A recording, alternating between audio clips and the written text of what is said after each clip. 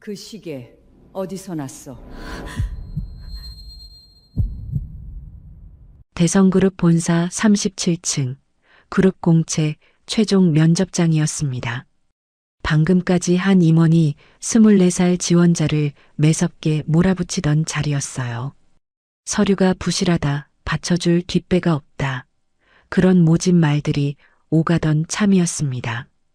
그 차가운 공기가 채 식기도 전이었어요. 그런데 상석에 앉아있던 백발의 여회장이 천천히 자리에서 일어섰습니다.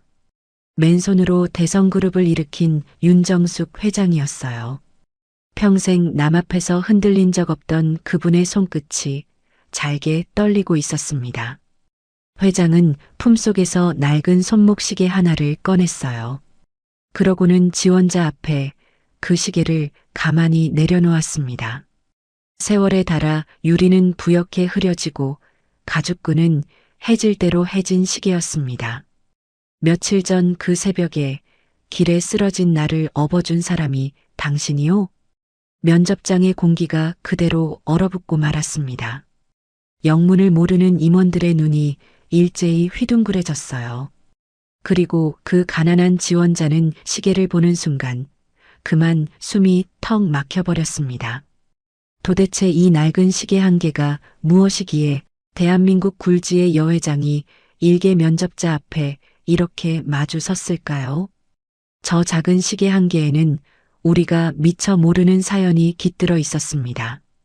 그리고 그 사연은 며칠 전 그 시린 겨울 새벽으로 거슬러 올라갑니다.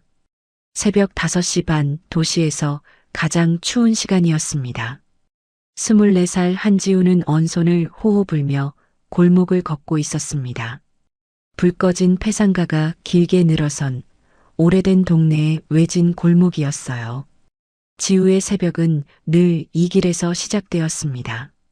새벽 편의점 물류를 받아 진열하고 곧장 요양원 보조로 달려가는 길이었습니다. 그 지름길이 바로 이 낡은 골목을 가로지르고 있었어요. 남들이 한창 잠들어 있을 시간에 지우의 하루는 벌써 두 탕째였습니다. 일을 마치고 나면 밤에는 야간 대학 세무과 강의가 또 기다렸습니다. 강의실 맨 뒷자리에서 꾸벅꾸벅 졸다 깬 적이 한두 번이 아니었어요. 그래도 지우는 출석 한 번을 걸은 적이 없었습니다. 잠은 늘 모자랐고 통장은 한 달이 멀다 하고 바닥을 보였습니다. 지우에게는 손수 거둬야 할 동생이 둘 있었어요. 고등학교 2학년 지훈이와 중학교 2학년 막내 지아였습니다. 4년 전 지하철 정비공이던 아버지가 갑작스레 세상을 떠났습니다. 밤샘 근무를 마치고 돌아오던 길에 그대로 쓰러지셨다고 했어요. 어머니는 지우가 아주 어릴 적에 이미 곁을 떠난 뒤였습니다. 그래서 21살이 채 안 된 지우가 그날로 두 동생의 보호자가 되었습니다. 장례를 치르던 날 지우는 차마 울지도 못했어요. 어린 동생들 손을 양쪽에 꼭 쥐고 그저 이를 악물었을 뿐입니다. 그날부터 지우의 어깨에는 두 아이의 삶이 통째로 얹혔습니다. 19 어린 나이에 짊어지기엔 너무도 무거운 짐이었어요. 그래도 지우는 단 한 번도 두 동생을 원망하지 않았습니다. 오히려 부모 없는 서름을 동생들이 느낄까 그것만이 두려웠어요. 지우는 낮에는 일하고 밤에는 공부하고 새벽에는 또 일했습니다. 하루에 2~3시간 눈을 붙이는 날이 예사였어요. 그렇게 4년을 지우는 오롯이 제 힘으로 버텨냈습니다. 세 식구는 볕도 잘 들지 않는 반지하 단칸방에서 살았어요. 지훈이의 학원은 진작 끊었고 지아의 도시락은 늘 지우의 몫이었습니다. 반찬이 부실한 날이면 지우는 제 것을 덜어 동생 그릇에 담았습니다. 그래도 동생들 앞에서는 힘든 내색 한 번을 하지 않았어요. 누나는 끄떡없으니까 너희는 공부 걱정만 해. 지우는 늘 그렇게 웃으며 말하곤 했습니다. 정작 제 끼니는 삼각김밥 하나로 거르기 일쑤였습니다. 철든 지훈이는 그런 누나의 등을 볼 때마다 남몰래 눈시울을 붉혔어요. 지우의 왼쪽 손목에는 낡은 손목시계 하나가 채워져 있었습니다. 아버지가 남기고 간 단 하나의 유품이었습니다. 유리는 흐려지고 끈도 다해졌지만 지우는 그것을 풀지 않았어요. 시계 뒷면에는 아버지가 손수 새겨 넣은 두 글자가 있었습니다. 정직. 아버지는 생전에 그 시계를 풀어 지우의 손목에 채워주셨습니다. 이건 내 아버지가 물려주신 거다. 이제 내 차례구나. 그러고는 늘 같은 말씀을 덧붙이셨어요. 지우야, 사람이 굶는 건 죄가 아니란다. 정직을 굶기는 게 죄지. 사람 목숨 앞에서는 가진 걸 다 내놓는 게 정직이다. 지우는 그 말을 어린 가슴에 고스란히 새기고 자랐습니다. 그 시계는 단순한 시계가 아니라 아버지가 남긴 약속이었어요. 지우는 고단할 때마다 손목의 시계를 가만히 쓸어보곤 했습니다. 그래서였습니다. 지우는 길에서 어려운 사람을 그냥 지나치지 못하는 처녀였어요. 요양원에서는 거동 못하는 어르신의 곁을 누구보다 오래 지켰습니다. 시키는 사람이 없어도 흘린 물을 닦고 식은 손을 주물러 드렸습니다. 한 어르신은 지우의 손만 잡으면 잠이 든다며 늘 그녀를 찾으셨어요. 한 번은 길에 쓰러진 취객을 그냥 두지 못한 적도 있었습니다. 제 돈으로 따뜻한 음료를 사다 쥐어주고서야 발길을 돌렸습니다. 무슨 오지랖이냐고 사람들은 곁에서 혀를 차곤 했어요. 하지만 지우는 그것을 오지랖이라 여긴 적이 없었습니다. 그저 아버지가 남기고 간 그 말대로 살고 있을 뿐이었습니다. 그런 지우에게도 단 하나 마지막 희망이 있었어요. 며칠 뒤로 바짝 다가온 대성그룹 공채 최종 면접이었습니다. 대성그룹은 돌아가신 아버지가 평생을 자랑스러워하던 회사였습니다. 아버지가 일하던 정비소가 바로 대성의 오랜 협력사였기 때문이에요. 우리 지우가 언젠가 저런 큰 회사에 들어가면 얼마나 좋을까? 무심코 흘리신 그 한마디가 지우에게는 오래된 약속처럼 남았습니다. 마침 그해 대성그룹은 난생 처음 보는 특별한 전형을 하나 열었어요. 형편이 어려워도 제 두 발로 버텨온 청년만을 따로 뽑는 자리였습니다. 지우는 사흘밤을 꼬박 세워 자기소개서를 써내려갔습니다.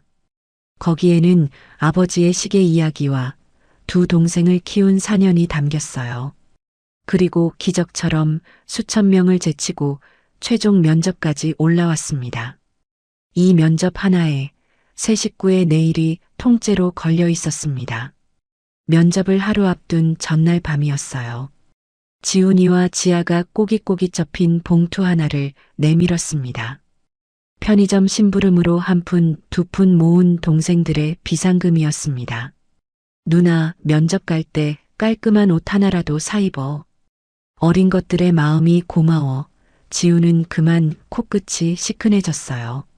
그래도 그 봉투만큼은 끝내 받을 수가 없었습니다. 지우는 대신 두 동생을 말없이 꼭 끌어안았습니다. 그러고는 동생들 귀에 대고 다짐하듯 가만히 속삭였어요.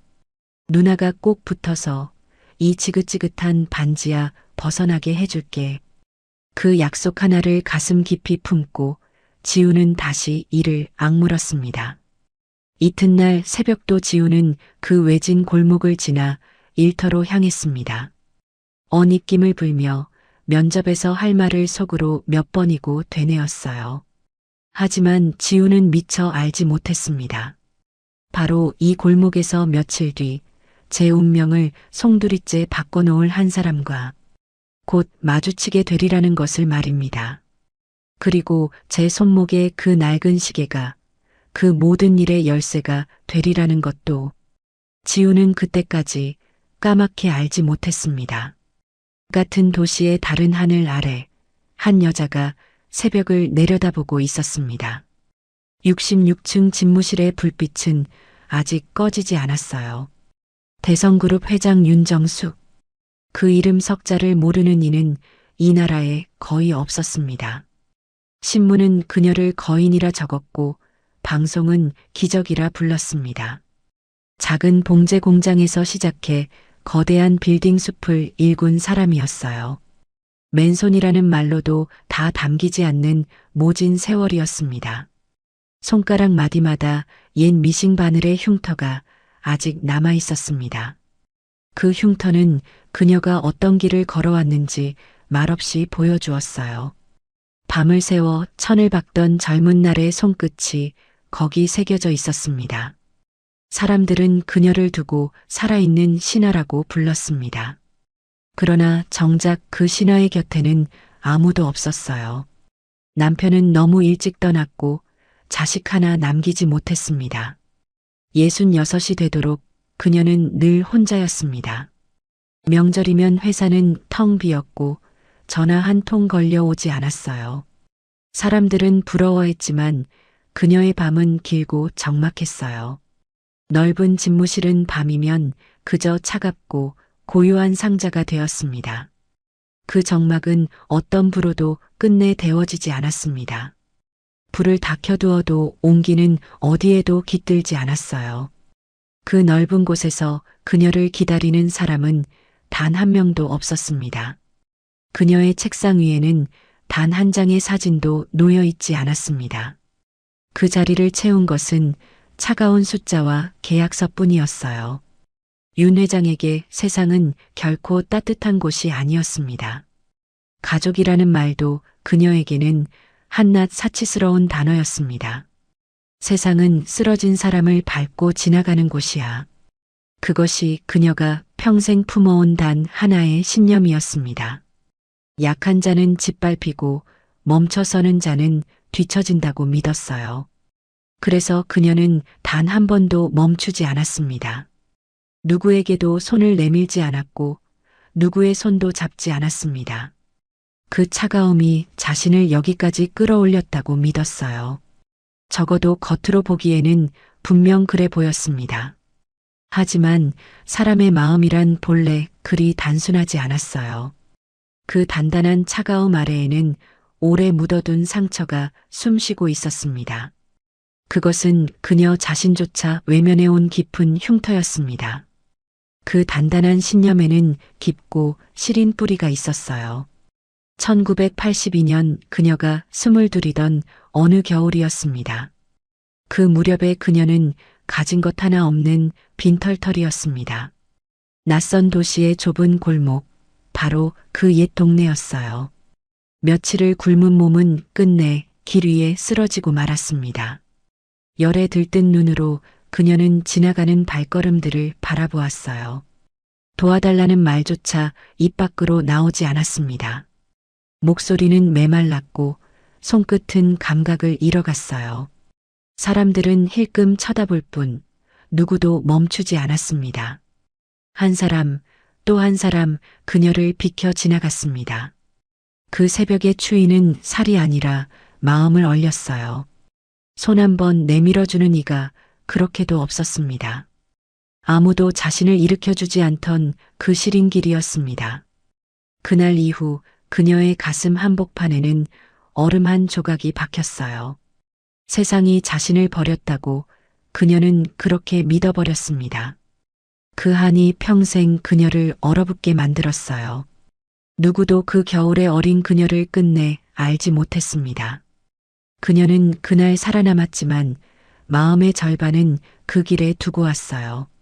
세상이 차갑다면 자신은 더 차가워지면 그만이라 다짐했습니다. 그 다짐 하나로 그녀는 40년을 버텨냈습니다. 그래서였을까요? 해마다 그 겨울의 새벽이 돌아오면 그녀에게는 한 가지 의식이 있었습니다. 며칠 전부터 회장은 비서실장 오정환을 조용히 불렀어요.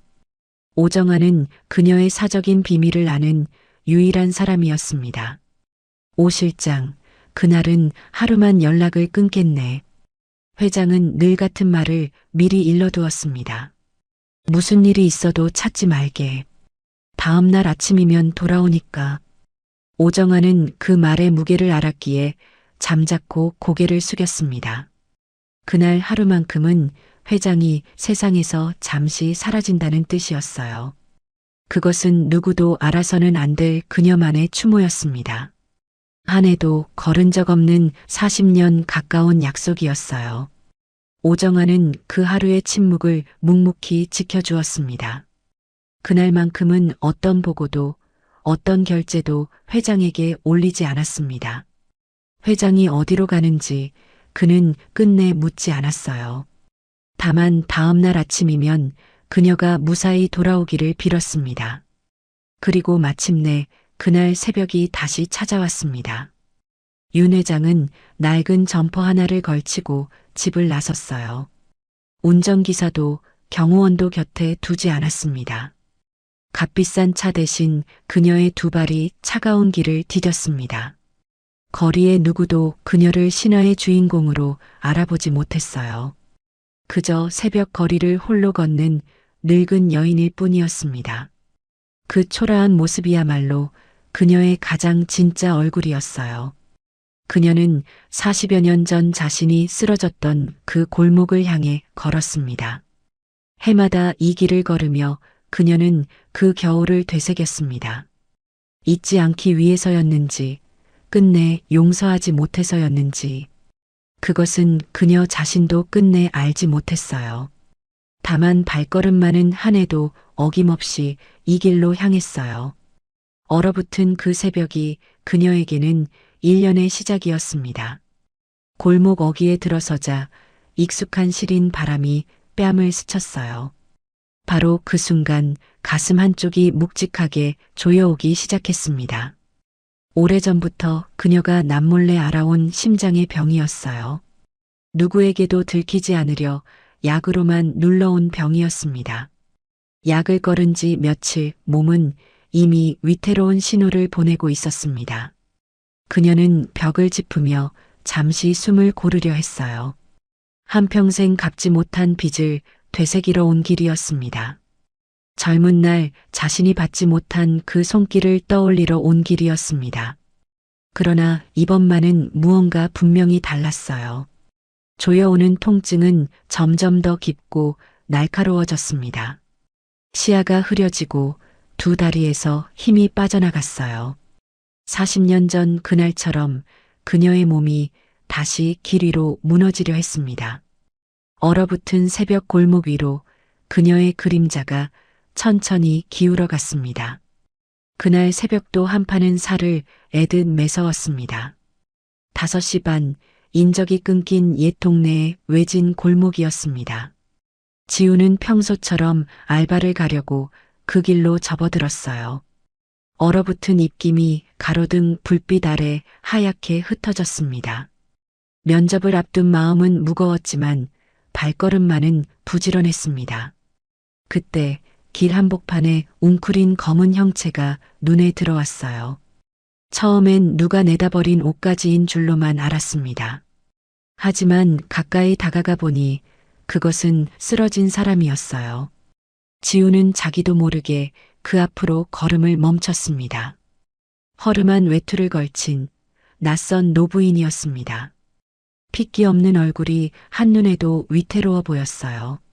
지우는 숨이 턱 막혀 그 자리에 얼어붙고 말았습니다. 지우는 떨리는 손으로 노부인의 어깨를 가만히 흔들었습니다. 할머니, 정신 좀 차려보세요. 할머니. 하지만 노부인은 가느다란 신음만 흘릴 뿐이었습니다. 온몸은 차갑게 식었고 숨소리마저 아득했습니다. 지우는 더 망설이지 않고 곧장 119에 전화를 걸었어요. 떨리는 목소리로 위치와 상황을 또박또박 전했습니다. 그런데 수화기 너머의 대답이 가슴을 철렁 내려앉게 했어요. 밤새 내린 폭설로 구급차가 30분은 걸린다는 것이었습니다. 지우는 발만 동동 구르며 노부인을 살폈습니다. 그 30분이 영원처럼 아득하게만 느껴졌어요. 손끝이 떨려와 마음을 다잡기조차 힘들었습니다. 그저 시간이 더디 가는 것이 야속할 따름이었어요. 지우는 노부인의 손을 두 손으로 꼭 감싸 쥐었습니다. 그 사이 노부인의 얼굴은 점점 핏기를 잃어갔습니다. 새파랗게 식어가는 입술이 한눈에도 심상치 않았어요. 지우는 도저히 그 30분을 기다릴 수가 없었습니다. 이러다간 정말 사람이 잘못되겠다 싶었습니다. 지우의 머릿속에 한 가지 생각만이 번쩍 스쳤어요. 마침 5분 거리에 작은 종합병원이 하나 있었습니다.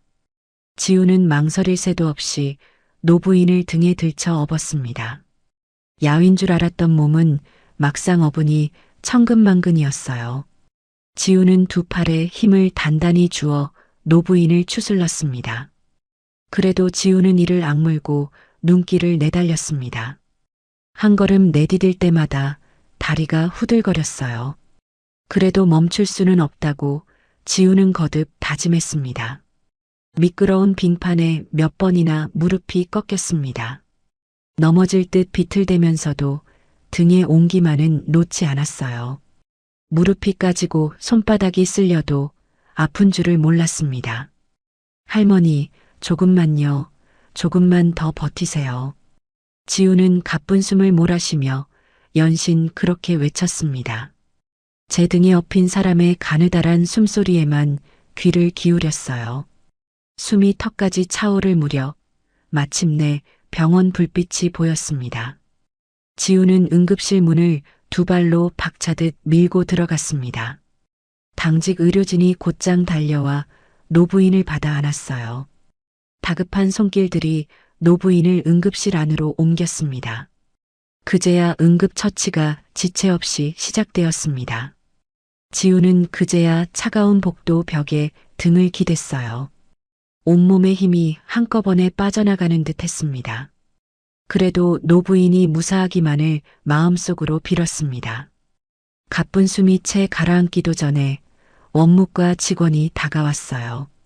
심야라 보호자 확인이 어려우니 절차가 필요하다 했습니다. 지우는 영문도 모른 채 직원의 말에 귀를 기울였어요. 입원과 검사를 위한 선납금을 먼저 맡겨달라는 것이었습니다. 노부인은 의식이 혼미해 제 이름조차 밝히지 못했습니다. 지우는 그가 누구인지 도무지 알 길이 없었어요.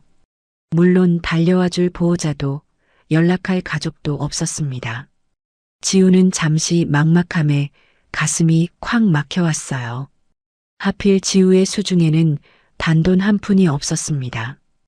이번 달 생활비마저 며칠 전에 이미 바닥난 뒤였어요. 당장 내일 동생들 도시락거리를 걱정하던 처지였습니다. 그래도 지우는 발길을 돌릴 생각은 하지 않았어요. 이 사람을 두고 갈 수는 없다는 마음뿐이었습니다. 지우는 텅 빈 지갑을 들여다보며 입술을 깨물었습니다. 바로 그 순간 왼쪽 손목이 서늘하게 느껴졌어요. 아버지가 남기고 가신 그 낡은 손목 시계였습니다. 지우의 유일한 버팀목이자 차마 풀 수 없던 유품이었어요. 지우는 시계를 가만히 쓸어보다 천천히 자리에서 일어섰습니다. 병원 골목 어귀에 불 켜진 전당포 하나가 보였어요. 지우는 그 앞에 한참을 못 박힌 듯 서 있었습니다. 이 시계만은 절대로 내줄 수 없다고 생각했어요. 하지만 침상에 누운 노부인의 얼굴이 자꾸만 떠올랐습니다. 시계를 풀려는 손이 자꾸만 허공에서 멈칫거렸어요. 끈을 만지작거리는 손가락이 잘게 떨려왔습니다. 그래도 사람부터 살리는 것이 먼저라고 마음먹었어요. 뒷면에 새겨진 두 글자가 흐린 새벽빛에 어렴풋이 보였습니다. 정직. 지우의 눈에서 뜨거운 것이 주르륵 흘러내렸습니다. 이것만은 안 된다고 마음 한구석이 모질게 붙잡았어요. 그러다 문득 생전 아버지의 말씀이 떠올랐습니다. 사람 목숨 앞에서는 가진 걸 다 내놓는 게 정직이라던 그 말이었어요. 지우는 한참을 더 울다가 끝내 마음을 굳혔습니다.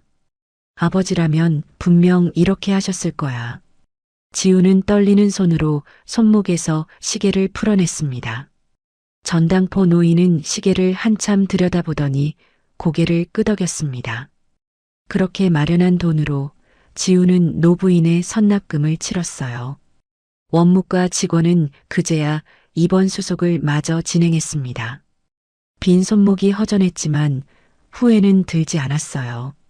겨우 한숨을 돌렸을 때 어느새 창밖이 환하게 밝아왔습니다. 하지만 지우에게 마음 놓을 여유 따위는 없었어요. 동생들의 등교 시간과 알바 시간이 코앞으로 닥쳐 있었습니다.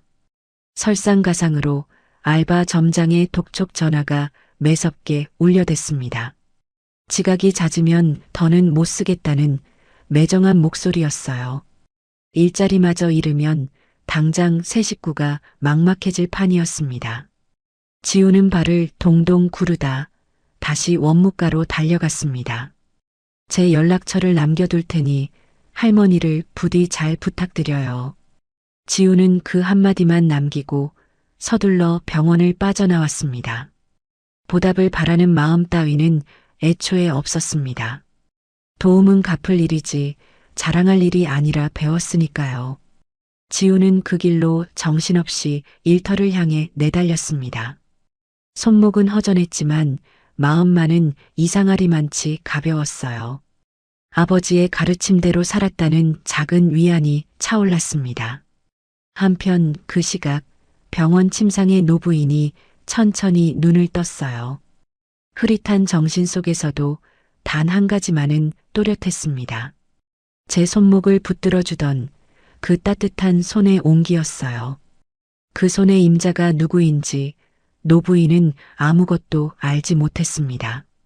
그저 그 한 사람을 찾겠다는 일념만이 가슴 깊이 차올랐어요. 그렇게 한 노부인의 길고 긴 헤매미 막 시작되고 있었습니다. 같은 도시 대성그룹 본사 인사동에는 또 한 사람의 이름이 있었습니다. 인사총괄을 맡은 상무 윤성철이었어요. 나이는 45, 회장 윤정숙의 하나뿐인 조카였습니다. 사람들은 그를 두고 늘 웃는 사람이라 불렀어요. 복도에서 마주치면 먼저 손을 내밀고 안부를 묻는 사람이었습니다. 직원의 이름과 가족 안부까지 챙길 줄 아는 사람이었습니다. 목소리는 부드러웠고 말끝은 언제나 매끄러웠어요. 그러나 그 다정한 웃음 뒤에는 차가운 셈이 숨어 있었어요. 그는 사람을 오직 쓸모로만 저울질하는 버릇이 있었습니다. 줄을 댈 사람과 밟고 갈 사람을 단번에 갈라보았어요. 쓸모가 닿으면 미련 없이 등을 돌리는 사람이었습니다. 그의 갑질에는 거친 말도 손찌검도 없었어요. 다만 웃는 낯으로 사람을 천천히 말려 죽일 뿐이었습니다. 회장의 핏줄이라는 자리가 그를 그렇게 길들였는지도 몰라요. 힘 있는 자리가 그의 오만을 차곡차곡 키운 까닭이었어요. 누구도 그 웃음 너머의 진짜 얼굴을 의심하지 못했습니다. 그의 대성그룹에는 새로운 제도가 하나 생겼습니다. 이름하여 어려운 환경 청년 특별 전형이었어요. 형편이 어려운 청년에게 정식 입사의 문을 열어준다는 취지였습니다. 회장이 직접 뜻을 두고 만든 제도라는 말도 돌았어요.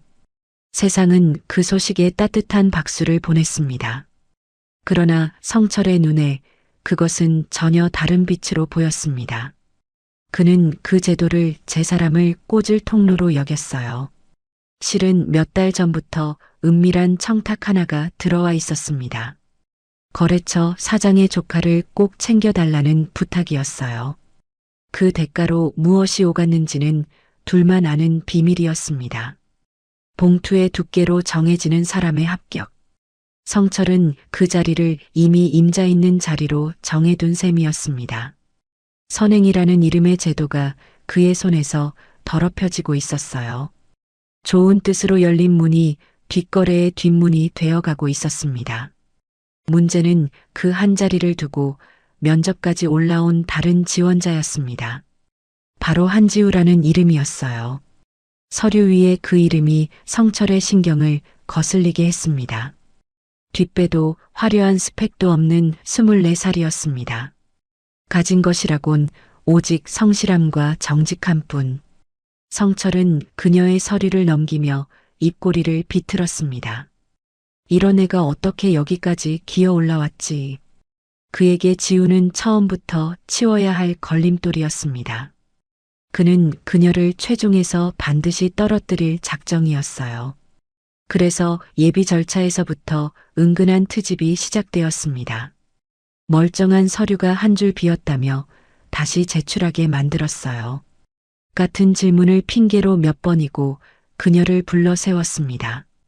면접 시간마저 일부러 가장 늦은 끝자리로 사람을 지치게 만들어 스스로 물러나게 하려는 속셈이었습니다. 모욕은 늘 웃는 얼굴 뒤에 곱게 포장되어 있었어요. 지우는 그 모든 무례를 묵묵히 견뎌냈습니다. 까닭을 알 수 없는 냉대였지만 끝내 따지지 않았어요. 이 면접은 그녀에게 남은 마지막 희망이었습니다. 세무과를 마치고 정직원이 되는 단 하나의 길. 동생들의 학비와 끼니가 이 한 번에 고스란히 걸려 있었습니다. 그래서 그녀는 입술을 깨물고 또 깨물었어요. 서러움이 차올라도 눈물 한 방울 보이지 않았습니다. 지우는 아버지가 늘 하시던 말씀을 속으로 되뇌었습니다. 지우야, 사람은 정직하면 언젠가는 알아준단다. 그 한마디가 무너지려는 그녀를 다시 붙들어 주었어요. 지우는 고개를 들고 흐트러진 서류를 가다듬었어요. 그런데 면접을 하루 앞둔 늦은 저녁이었습니다. 지우는 추가 서류를 내러 인사동 복도를 지나고 있었습니다.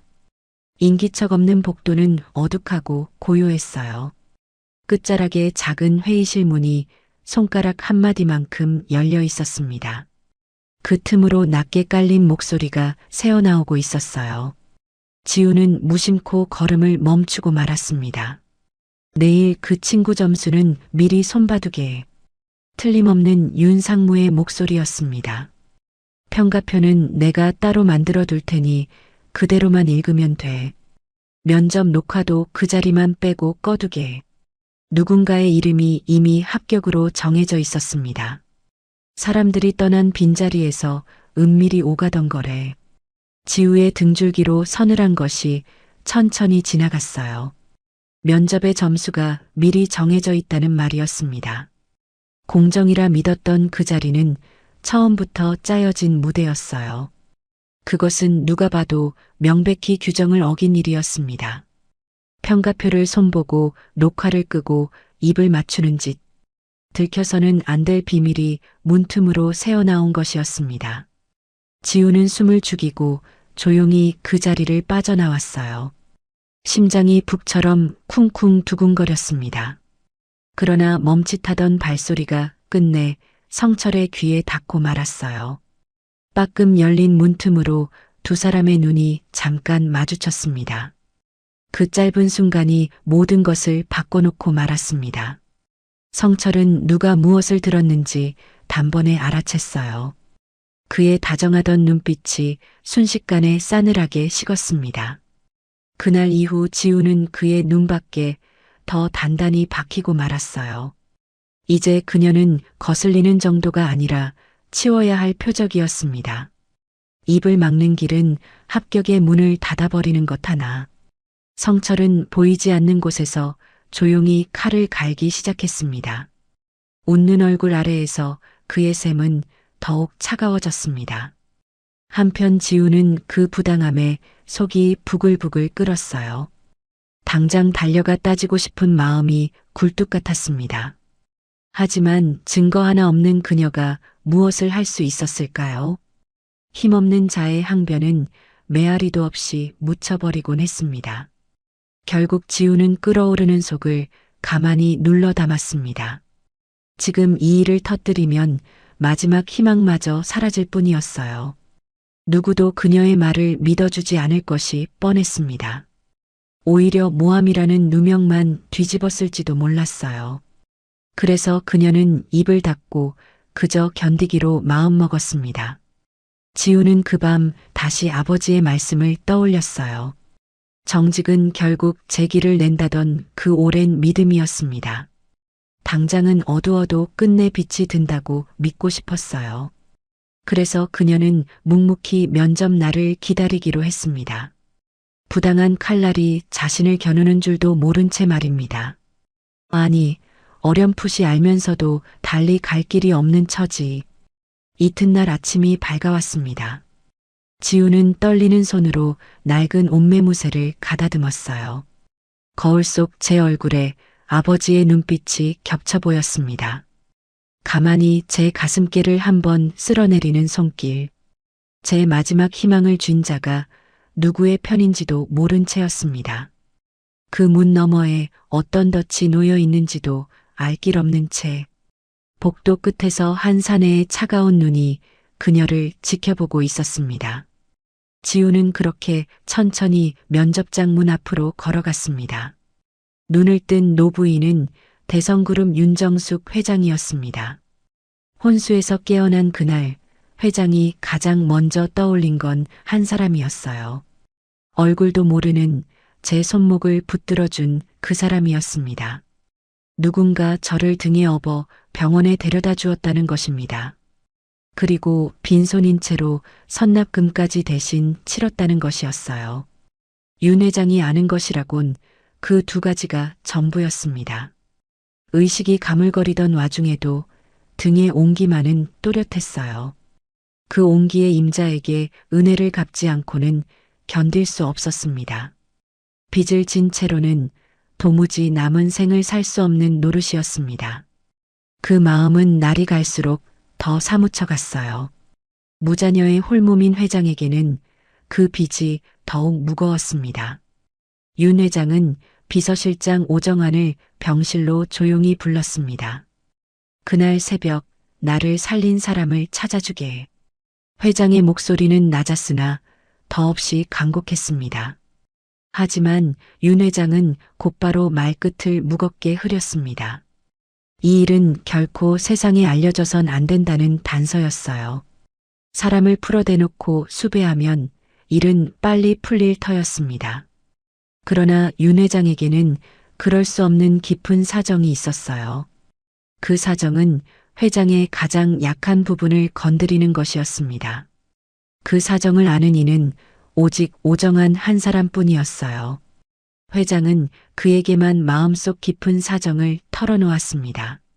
그날 새벽 윤 회장은 홀로 옛 동네를 거닐던 길이었습니다. 젊은 날 새방을 살던 그 골목이 사무치게 그리웠어요. 거기엔 회장의 가장 가난하던 시절이 묻혀 있었습니다. 성공한 뒤로도 회장은 가끔 그 골목을 혼자 찾곤 했습니다. 비서도 모르게 나선 누구에게도 못할 자맹이었어요. 그 골목에서만은 회장도 한낱 늙은 여인이었습니다. 게다가 윤 회장은 오래 숨겨온 심장 지병을 안고 있었습니다. 그 새벽의 발작도 실은 그 병이 부른 것이었어요. 회장은 그 병을 누구에게도 들키지 않으려 애써왔습니다. 회장의 자리는 늘 빈틈을 노리는 눈들로 둘러싸여 있었습니다. 자맹과 지병 둘 중 하나라도 새어나간다면 큰일이었어요. 그것은 곧 회장의 빈틈으로 비칠 일이었습니다. 경영권을 노리는 조카 윤성철에게는 더 없는 빌미였습니다. 회장이 늙고 병들었다는 소문 하나면 좋겠어요. 그 소문은 순식간에 회사를 뒤흔들 터였습니다. 그래서 윤 회장은 은인을 찾는 일조차 숨겨야만 했습니다. 윤 회장은 오직 오정환 한 사람만 곁에 두기로 했어요. 그 추적은 처음부터 그림자처럼 조용해야 했습니다. 세상의 눈을 피해 둘이서만 은인을 쫓기로 한 것이었습니다. 오정환은 회장의 명을 받들어 은밀히 발품을 팔았어요. 가장 먼저 손을 댄 것은 그날의 병원 응급 기록이었습니다. 허나 환자를 데려온 이의 이름은 끝내 비어 있었어요. 연락처는커녕 번호 한 줄 남기지 않은 철저한 익명이었습니다. 보답을 바라지 않은 깨끗한 손길이 분명했어요. 실마리가 끊긴 듯 했지만 길이 아주 막힌 건 아니었습니다. 오정아는 끈질기게 다른 기록들을 더듬어 나갔어요. 오정아는 그날 새벽에 119 신고 기록을 받아냈습니다. 신고가 들어온 정확한 시각과 위치가 거기 찍혀 있었어요. 그 위치를 병원 CCTV 동선과 하나하나 맞춰보았습니다. 한 청년이 누군가를 업고 골목을 빠져나간 자국이 잡혔어요. 가로등 아래로 휘청이며 걷던 위태로운 발걸음이었습니다. 그 동선의 끝에는 인근에 단 하나뿐인 전당포가 있었습니다. 오래되어 빛바랜 새벽까지 불을 밝히던 전당포였어요. 오정아는 그 전당포의 그날 거래 전표를 확인했습니다. 한 청년이 새벽에 맡긴 낡은 손목시계가 한 점 있었어요. 맡긴 날짜와 시각, 그리고 청년의 인상착의까지였습니다. 그 모두가 윤 회장이 쓰러진 바로 그 새벽과 겹쳐졌어요. 선납금과 어금버금한 액수에 황급히 잡힌 시계였습니다. 정황은 한치의 어긋남도 없이 맞아떨어졌습니다. 그 시각, 그 자리에서 급히 맡긴 이 시계. 이것이 곧 나를 살린 그 사람의 물건이네. 윤 회장은 보고를 받으며 그렇게 확신했습니다. 실은 윤 회장은 그 시계의 실물을 본 적이 없었어요. 업혀가던 그 순간엔 의식조차 없었기 때문입니다. 오직 들어맞는 기록의 정합으로만 알아낸 것이었어요. 어느 하나도 우연으로는 설명되지 않는 정합이었습니다. 신고와 동선과 전표가 한 점에서 만났을 때였어요. 윤 회장은 비로소 은인의 윤곽을 더듬을 수 있었습니다. 얼굴도 이름도 모르나 그 마음만은 또렷했어요. 가진 것을 다 내놓고 남을 살린 그 깊은 마음이었습니다. 윤 회장은 무엇보다 시계 임자의 이름부터 알고 싶었어요. 허나 전당포 주인은 단호히 고개를 가로저었습니다. 신분증은 법대로 받아두었으나 보여줄 순 없다 했어요. 개인의 정보를 함부로 내줄 수 없다는 것이었습니다. 정식으로 본인 동의를 받아 확인하는 길밖에 없었어요. 회장의 위세로도 그 원칙만은 어찌할 수 없었습니다. 그 절차가 끝나기 전까진 이름은 끝내 알 수 없었어요. 윤 회장은 답답함을 누르며 그 더딘 길을 택했습니다. 은인을 찾는 일조차 정직한 절차로 가야 옳았으니까요. 대신 윤 회장은 그 시계만은 손수 되찾아오게 했습니다. 전당포 유리 진열장 안에 그 시계가 놓여 있었어요. 윤 회장은 떨리는 손으로 그것을 가만히 집어들었습니다. 손때 묻은 가죽줄이 주인의 긴 세월을 말해주었습니다. 오래된 시계는 한 사람의 생을 품고 있었어요. 한눈에도 오래 아껴온 물건임을 알 수 있었습니다. 시계를 뒤집자 뒷면에 새겨진 두 글자가 또렷이 보였습니다. 정직. 윤 회장은 그 두 글자를 한참이나 들여다보았습니다. 이런 시계를 풀어 남을 살린 이는 어떤 사람일까요? 그 물음이 회장의 가슴에 오래 맴돌았습니다. 윤 회장은 얼굴 없는 그 은인을 가만히 그려보았습니다. 가진 것 하나 없는 청년일지도 모른다 싶었어요. 그럼에도 가진 전부를 내준 사람일 것이었습니다. 시계를 품에 안으니 그 온기가 다시 도는 듯 했어요. 받은 은혜를 윤 회장은 세상에 되돌리고 싶었습니다. 하여 사재를 털어 한 가지 큰 일을 새로 벌였습니다. 그 은혜를 다른 누군가에게로 흘려보내고 싶었어요. 어려운 환경의 청년을 위한 특별 전형이었습니다. 가난 탓에 기회조차 못 얻은 젊은이들을 위한 자리였습니다. 그 첫 기수의 최종 면접만은 손수 보겠다고 사내에 알렸어요. 이름 모를 그 은인이 혹 그 자리에 있을지 모른다는 기대였습니다. 일말의 그 기대를 윤 회장은 참아 버리지 못했어요. 윤 회장은 시계를 품에 안고 면접 날을 손꼽아 기다렸습니다. 그러나 윤 회장은 그 일을 까맣게 알지 못했습니다. 지금 제 품에 안긴 이 낡은 시계의 임자가 바로 그 면접장 의자에 앉게 되리라는 것을 말입니다. 은인과 회장이 곧 한 방에서 마주 앉을 운명이었어요.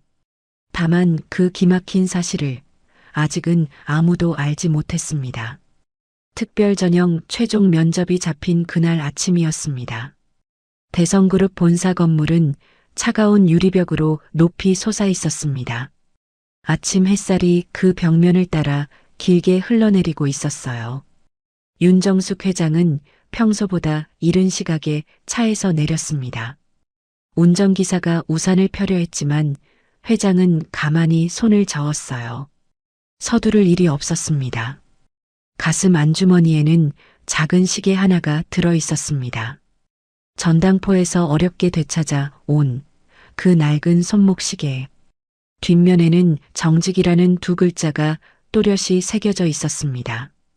회장은 옷 위로 그 시계를 한번 지그시 눌러보았어요. 오늘은 어쩌면 하는 마음이 가슴 한켠을 가만히 간지렸습니다. 어려운 환경에서 자란 청년들이 모이는 자리. 회사 첫 특별 전형의 마지막 관문이 바로 오늘이었습니다. 회장은 그 자리를 임원에게 맡기지 않고 직접 보기로 했어요. 혹시 그 가운데 자기를 살린 사람이 있을지도 몰랐습니다. 길에 쓰러진 자기를 등에 업고 병원까지 데려간 그 사람 말입니다. 이름도 얼굴도 모르는 은인. 회장은 그 사람을 오래도록 찾고 있었습니다. 그 막연한 기대 하나만으로 회장의 걸음은 가벼웠습니다. 오랜만에 두근거리는 나이든 가슴. 회장은 천천히 로비를 가로질러 면접장으로 향했습니다. 유리문에 비친 자기 얼굴이 오늘따라 낯설게 느껴졌어요. 같은 시각, 같은 건물의 한쪽 복도였습니다. 한지우는 대기실 문 앞에서 가만히 숨을 고르고 있었어요.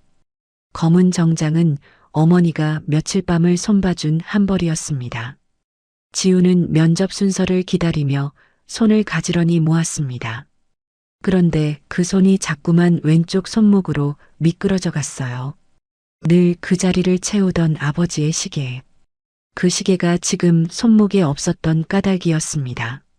며칠 전 그것을 전당포에 맡기고 온 손목은 텅 비어 있었어요. 어머니 병원비를 마련하느라 어쩔 수 없었던 일이었습니다. 지우는 빈 손목을 오른손으로 가만히 감싸쥐었습니다. 그렇게 하면 마음이 조금은 가라앉는 듯 했어요. 아버지가 여전히 자기 곁에 있다고 믿고 싶었던 것입니다. 손목이 허전할 때마다 을에 그 빈자리를 매만지던 버릇. 가난은 부끄럽지 않다던 아버지의 목소리가 떠올랐습니다. 지우는 가만히 눈을 감았다가 다시 떴어요. 복도 저편에서 한 노부인이 천천히 걸어오고 있었습니다. 지우는 무심코 고개를 들어 그쪽을 바라보았어요. 두 사람의 거리는 점점 좁아지고 있었습니다. 지우는 길을 비켜주려고 벽 쪽으로 한 걸음 물러섰어요. 노부인의 단정한 옷차림이 눈에 들어왔습니다. 어쩐지 그 얼굴이 어딘가 낯이 익기도 했어요.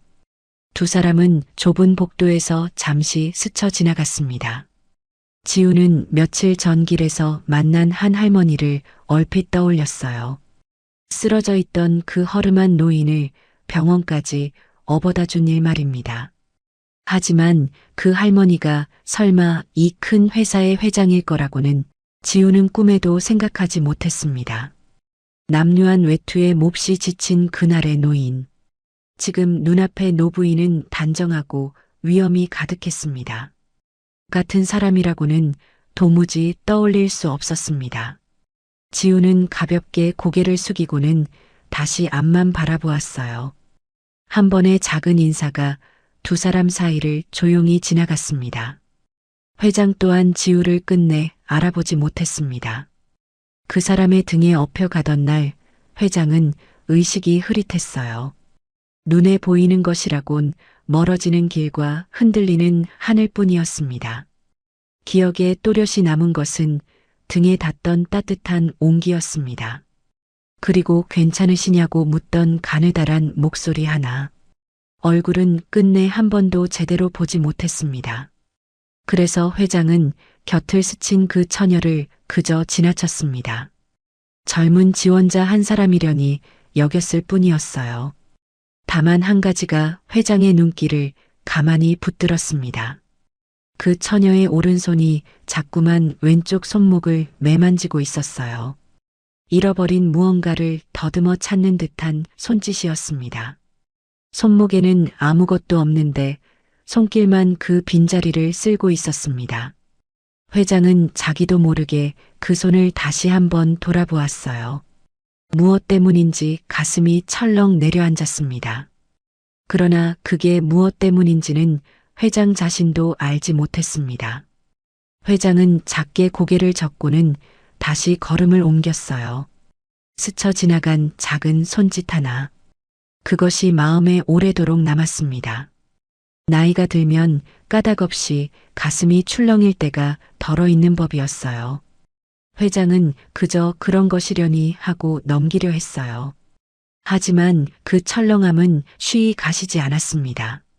면접장 안은 길고 무거운 침묵이 깔려 있었습니다. 지원자들은 긴 탁자 앞에 한 줄로 나란히 앉아 있었어요.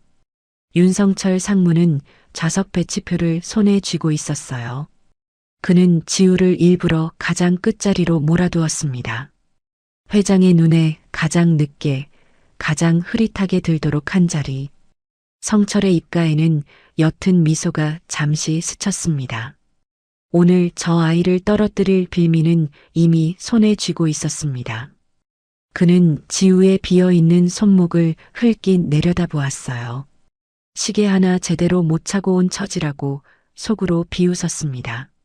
저런 형편의 아이가 무얼 하겠느냐는 차가운 눈빛이었어요. 이윽고 회장이 면접장 안으로 들어섰습니다. 지원자들이 일제히 자리에서 일어나 깎듯이 인사를 올렸습니다. 지우도 끝자리에서 조용히 고개를 숙였어요. 회장은 한 사람 한 사람을 천천히 눈으로 더듬어 갔습니다. 혹시 그 목소리의 주인이 여기 있을까 하는 마음. 그러나 회장은 누구도 알아보지 못한 채 자리에 앉았습니다. 끝자리에 지우 역시 흐릿하게 묻혀 있었어요. 이제 같은 공간 안에 두 사람이 함께 있게 되었습니다. 은인과 은혜 입은 사람이 불과 몇 걸음 사이에 마주 앉았습니다. 하지만 두 사람의 운명은 아직 서로 맞물리지 않았어요. 서로가 누구인지를 두 사람은 끝내 알지 못했습니다. 회장은 시계를 가슴에 품은 채 면접지를 펼쳤어요. 지우는 빈 손목을 감춘 채 두 손을 무릎 위에 모았습니다. 면접이 막 시작되려는 바로 그 순간이었어요. 지우는 무릎 위에서 또 한 번 빈 손목을 매만졌습니다. 아버지, 부디 오늘만은 곁에 있어 주세요. 하고 속으로 빌었어요. 바로 그때 회장의 시선이 멀리 끝자리에 가 닿았습니다. 사라진 시계 한 개가 두 사람 사이에서 조용히 깨어나고 있었어요. 그것이 곧 무엇을 풀어줄지는 아직 아무도 알지 못했습니다. 운명의 톱니바퀴는 이제 막 천천히 돌기 시작했습니다. 회장이 면접장에 들기 전 면접관들만의 사전 면담이 잡혔습니다. 규정 어디에도 없는 윤성철 상무가 따로 만든 자리였어요. 회장은 그런 자리가 열린 줄도 아직 알지 못했습니다. 명목은 지원자 사전 검증이었으나 속내는 따로 있었어요. 성철은 회장이 점 찍을 만한 청년을 미리 솎아내려 했습니다. 회장의 손이 닿기 전에 싹부터 잘라버릴 작정이었어요. 한쪽 구석엔 작은 녹화 장비가 소리 없이 돌아가고 있었습니다. 지원자 동의도 없이 켜둔 명백한 규정 위반이었어요. 성철은 그 화면에 담길 그림까지 미리 짜두었습니다. 순한 청년 하나를 골라 흠집을 내고 녹화로 남길 셈이었어요. 훗날 회장 앞에서 들이밀 결격 사유를 만들려는 것이었습니다. 그러면 회장도 그 청년을 내치지 않을 수 없을 터였어요. 면담은 그렇게 짜인 각본대로 흘러가는 듯 보였습니다. 적어도 그 순간까지는 모든 것이 성철의 뜻대로였어요. 명단 맨 위에는 한지우라는 이름이 또렷이 올라 있었습니다. 서류 점수도 면접 답변도 단연 으뜸인 청년이었어요. 바로 그 으뜸이라는 점이 성철에게는 가장 거슬렸습니다. 가난한 집 딸이 제 조카들을 제친 것이 못마땅했어요. 한지우라면 분명 회장의 눈에 들고도 남을 청년이었습니다. 그러니 성철로서는 그녀부터 무너뜨려야 했어요. 성철은 지우의 서류를 손끝으로 툭툭 치며 입을 열었습니다. 이런 흙수저가 여기까지 온 게 나는 영 미심쩍군요. 성철의 목소리에는 비웃음이 진하게 배어 있었습니다. 다른 면접관들은 어색하게 눈길을 아래로 내리깔았어요. 누구도 그 노골적인 모욕을 선뜻 막아서지 못했습니다. 성철의 위세에 눌려 다들 입을 다물어 버린 것이었어요. 성철은 그 침묵을 빌미 삼아 한층 더 말끝을 비틀었어요. 부모도 없는 애가 이 성적을 어떻게 냈겠습니까? 서류 어딘가를 슬쩍 손본 게 아닌지 그게 의심스럽소. 구석의 녹화기는 그 모진 말을 고스란히 담고 있었습니다. 정작 그것이 누구의 발목을 잡을지는 아무도 몰랐어요. 존엄을 짓밟는 그 장면이 차곡차곡 증거로 쌓이고 있었습니다. 그 말은 가난을 넘어 지우의 정직을 정통으로 겨눴습니다. 지우의 얼굴에서 핏기가 천천히 가셔나갔어요. 평생 단 하나 정직만은 목숨처럼 지켜온 그녀였습니다. 끼니를 굶으면서도 끝내 손대지 않은 그 한 가지. 아버지가 그녀에게 남기신 단 하나의 유산. 그런데 바로 그 한 가지가 지금 발밑에서 무너지고 있었습니다. 가난은 견뎌왔으나 정직을 의심받는 일은 처음이었습니다. 이 면접 하나에 동생들의 끼니가 걸려 있었어요. 마지막 희망의 문이 눈앞에서 소리 없이 닫히려 했습니다.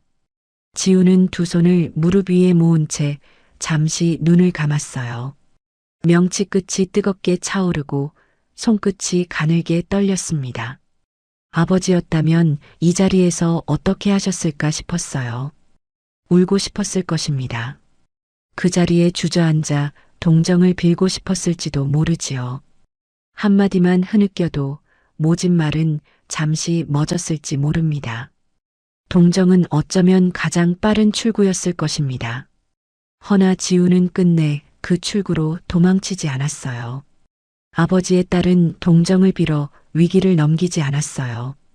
대신 그녀가 택한 것은 존엄을 건 정면 응수. 구걸하는 대신 지우는 천천히 고개를 들었습니다. 빈 손목을 만지작거리던 그 손이 가만히 멎었어요. 떨리는 목소리였으나 한마디 한마디는 더없이 분명했습니다. 그 목소리는 작았으나 면접실 구석까지 또렷이 닿았습니다. 제 손목엔 늘 아버지가 주신 시계가 있었습니다. 지우는 아무것도 없는 빈 손목을 가만히 들어 보였습니다. 그 뒷면엔 아버지가 손수 새긴 두 글자, 정직이 있습니다. 면접실 안의 공기가 일순 무겁게 가라앉았습니다.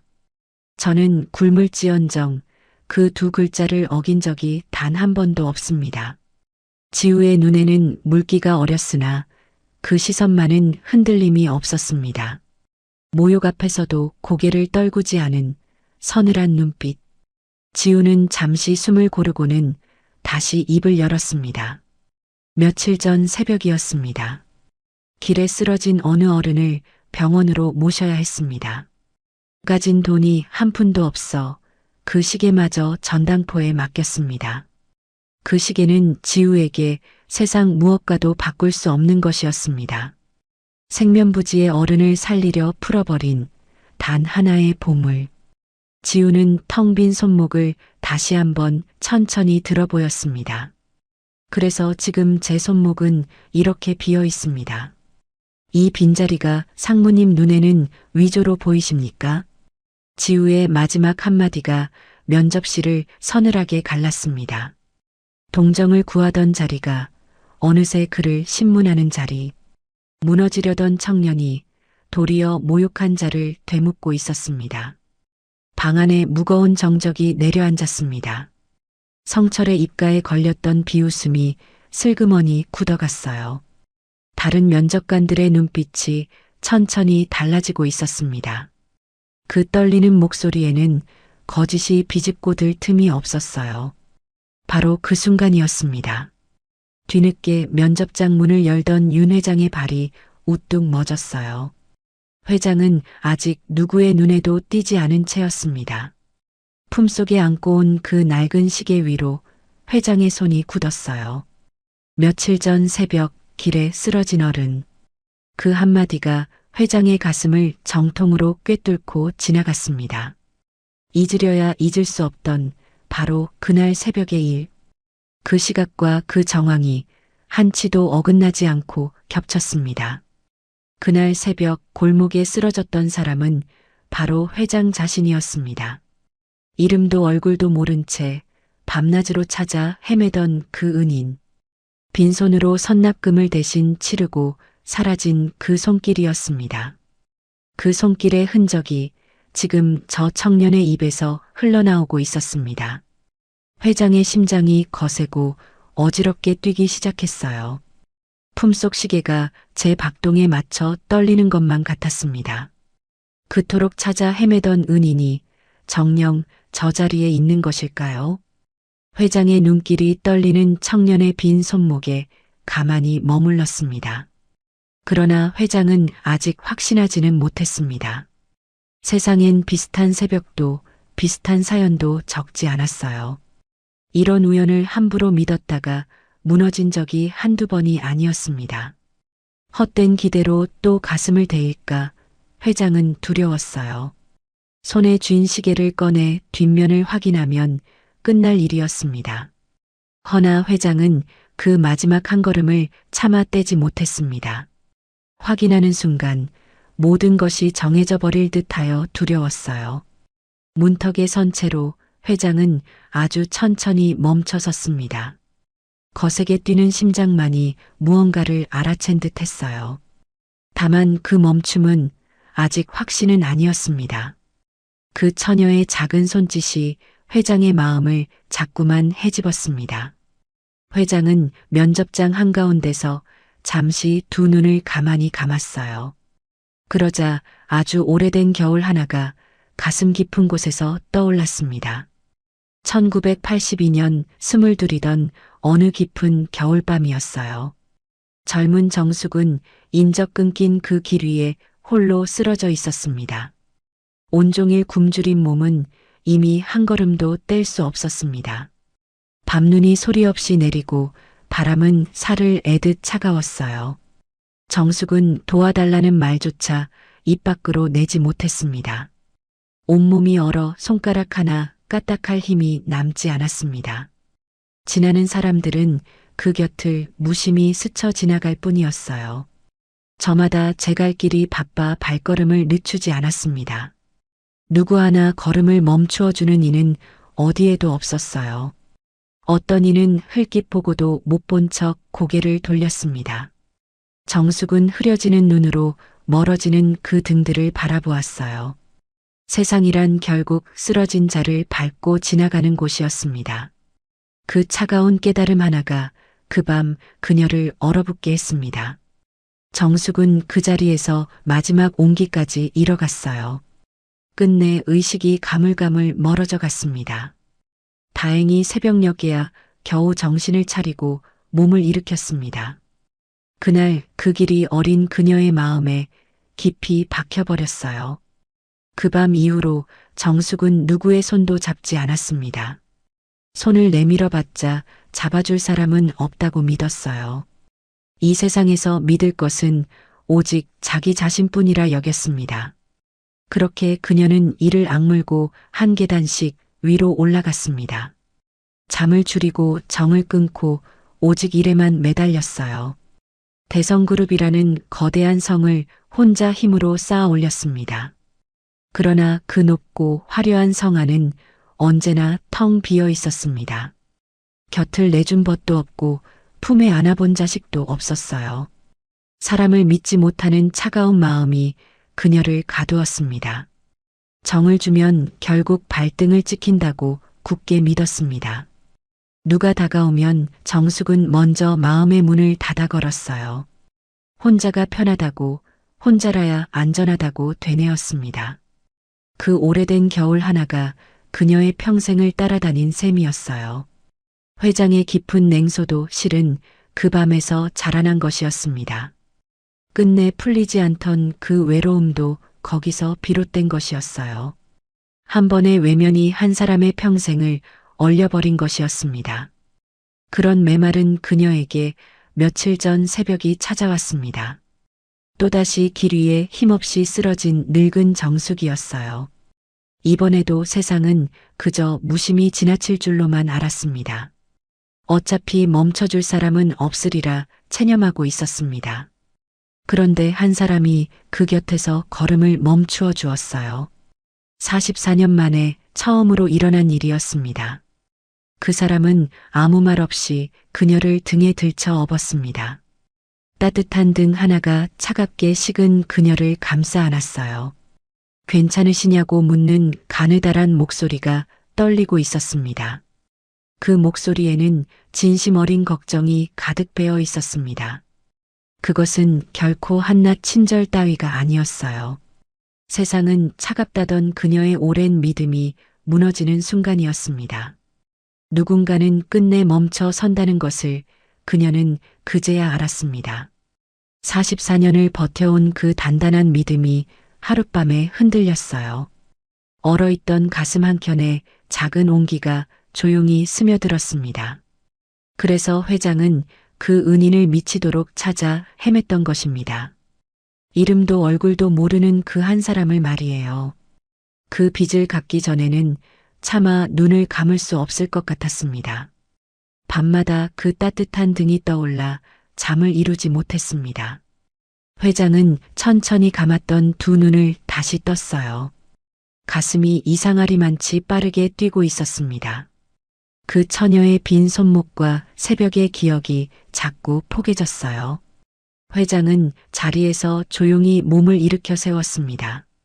오늘 면접은 잠시 쉬어가도록 하겠어요. 지원자들도 임원들도 영문을 몰라 서로를 바라보았습니다. 회장은 그대로 옆에 딸린 작은 별실로 물러났어요. 무거운 문이 닫히자 회장은 비서실장을 가만히 불렀습니다. 오정아는 빛바랜 봉투 하나를 들고 안으로 들어섰어요. 그 봉투 안에는 전당포 전표 한 장이 들어 있었습니다. 회장이 며칠을 다그쳐 어렵게 찾아낸 단서였어요. 정환이 발품을 팔아 그 작은 종이를 손에 넣은 것이었습니다. 회장은 떨리는 손끝으로 그 작은 전표를 펼쳐 들었습니다. 거기에는 물건을 맡긴 날짜가 또렷하게 적혀 있었어요. 바로 그녀가 길 위에 쓰러졌던 그 새벽이었습니다. 맡긴 시각마저 동이 트기 직전의 어스름이었습니다. 물건을 맡긴 이의 인상착의도 나란히 적혀 있었어요. 20 남짓되어 보이는 여린 처녀였다고 했습니다. 낡은 코트를 입고 손목엔 아무것도 없었다고 했어요. 시계를 풀어 맡기던 손이 몹시 떨리더라고 적혀 있었습니다. 형편이 어려운데도 끝내 그 시계를 되찾아 가려 했다 했습니다. 방금 끝자리에 지우가 말하던 그날의 정황과 그대로 겹쳤어요. 날짜도 시각도 사람도 한치 어긋남이 없었습니다. 하나하나가 그날 새벽의 그림과 똑같이 들어맞았어요. 회장은 정작 그 아이의 얼굴을 본 적이 없었습니다. 등에 업혀가던 그 밤엔 눈앞이 온통 흐렸던 까닭이에요. 그러나 이 한 장의 전표만은 결코 거짓을 말하지 않았습니다. 얼굴보다 더 확실한 증거가 손안에 쥐어 있었습니다. 회장의 손끝이 누런 종이 위에서 가늘게 떨려왔어요. 얼굴이 아니라 바로 이 기록이 모든 것을 증명했습니다. 끝자리에 앉아있던 그 처녀가 바로 그 사람이었습니다. 평생을 두고도 갚을 길이 없던 그 빚이었어요. 그 빚이 제 발로 이 면접장에 걸어 들어온 것이었습니다. 회장 자신의 바로 앞에 와 조용히 앉아 있던 것이었어요. 회장은 그 전표를 가슴에 꼭 끌어안았습니다. 한 손이 절로 품속의 시계 위로 올라갔습니다. 정직이라 새겨진 그 시계가 따뜻하게 데워져 있었어요. 44년을 얼어있던 가슴이 천천히 뜨거워졌습니다. 지난 세월이 그 한 장의 종이 위로 흘러갔습니다. 그 긴 한이 비로소 풀려나는 듯 가슴이 메었어요. 오래 막혔던 무언가가 둑을 넘어 차오르는 듯 했습니다. 이제 회장은 그 아이의 앞에 똑바로 서려 했습니다. 무엇을 어떻게 갚아야 할지는 아직 알지 못했어요. 다만 이 빚만은 결코 외면하지 않으리라 굳게 다짐했습니다. 세상이 자기를 외면했던 그 밤과는 다를 것이었어요. 이번에는 자기가 먼저 그 손을 잡을 차례였습니다. 그 다짐 하나를 품고 회장은 다시 문 쪽으로 돌아섰어요. 이제 남은 것은 그 아이 앞에 서서 입을 떼는 일뿐이었습니다. 별실의 문이 다시 열렸습니다. 윤정숙 회장이 천천히 면접장으로 들어섰습니다. 좌중은 회장이 자리를 비운 까닭을 알지 못했어요. 임원들은 영문을 모른 채 서로 눈빛만 주고받았습니다. 방금 전까지 이 자리엔 차가운 모욕만이 오갔던 터였어요. 그 싸늘한 공기가 아직 채 가시지 않았습니다. 회장의 걸음이 상석 앞에서 가만히 멈췄습니다. 허나 회장은 자리에 앉지 않았어요. 평생 흔들린 적 없던 그분의 어깨가 그날따라 가늘게 떨렸습니다. 한평생 1000명의 직원을 호령하던 손끝이었습니다. 그 손끝이 지금은 어린아이의 손처럼 잘게 떨리고 있었어요. 회장은 좌중을 향해 천천히 자리에서 일어섰습니다. 아니, 일어선 채로 그대로 한 걸음을 더 내디뎠어요. 그 한 걸음은 상석에서 면접자석을 향한 걸음이었습니다. 대성그룹의 회장이 일개 지원자 앞으로 걸어 나오고 있었어요. 임원들의 눈이 일제히 휘둥그레졌습니다. 누군가는 자기도 모르게 자리에서 반쯤 몸을 일으켰어요. 회장의 행보를 막아설 수 있는 사람은 아무도 없었습니다. 회장은 품속에 안고 온 낡은 시계를 꺼냈어요. 세월에 닳아 유리가 부옇게 흐려진 시계였습니다. 가죽끈은 해질 대로 해져 손때가 켜켜이 묻어 있었습니다. 회장은 그 시계를 지우 앞에 가만히 내려놓았어요. 면접장의 모든 시선이 그 작은 시계 하나로 모였습니다. 회장의 목소리가 낮고 떨리게 흘러나왔습니다. 그 시계 어디서 났소? 지우의 어깨가 흠칫 굳었습니다. 회장은 거기서 멈추지 않았어요. 한마디 한마디에 평생의 무게가 실려 있었습니다. 며칠 전 그 새벽에 길에 쓰러진 나를 업어준 사람이 당신이요? 면접장의 공기가 그대로 얼어붙고 말았습니다. 지우의 눈이 그 시계와 회장의 얼굴 사이를 천천히 오갔어요. 그제야 지우의 머릿속에서 그 시린 새벽이 되살아났습니다. 허름한 외투에 길에 쓰러져 있던 어느 노부인이었습니다. 이름도 묻지 못하고 병원 문 앞에 두고 온 그 어른이었어요. 그 초라하던 노부인이 바로 눈앞의 이 회장이었습니다. 지우는 그제야 모든 것을 알아차렸습니다. 지우는 그만 숨이 턱 막혀버렸어요. 어떻게 그분이 이 자리에 계신단 말입니까? 지우가 본 것은 낡은 외투를 걸친 작은 노인뿐이었습니다. 그날 새벽 골목 끝에 웅크려 있던 그 어른이었어요. 숨조차 가늘던 그 노인을 등에 업고 한참을 걸었습니다. 그저 한 사람을 살려야 한다는 마음뿐이었습니다. 그날의 어른은 행색이 너무도 초라하고 가난해 보였어요. 이렇게 높은 자리의 사람일 줄은 꿈에도 몰랐습니다. 지우의 입술이 달싹였으나 소리가 되어 나오지 못했습니다. 두 손은 무릎 위에서 가늘게 떨리고 있었어요. 그때 회장이 지우를 향해 천천히 고개를 숙였습니다. 수백 명의 직원과 임원이 지켜보는 자리였어요. 그 모두의 앞에서 회장이 일개 면접자에게 머리를 숙였습니다. 누구도 그 광경을 믿지 못해 숨을 죽였습니다. 회장의 떨리는 손이 지우의 손을 가만히 감싸쥐었어요. 그 손은 차갑게 식어 있으면서도 미세하게 떨렸습니다. 평생 남 앞에서 눈물을 보인 적 없던 분이었습니다. 강철 같다는 말을 평생 듣고 살아온 분이었어요. 허나 그날 회장의 두 눈에서 끝내 눈물이 흘러내렸습니다. 그것은 잃었던 핏줄을 되찾은 눈물이 아니었어요. 혈연도 오래전 끊긴 옛 인연도 아니었습니다.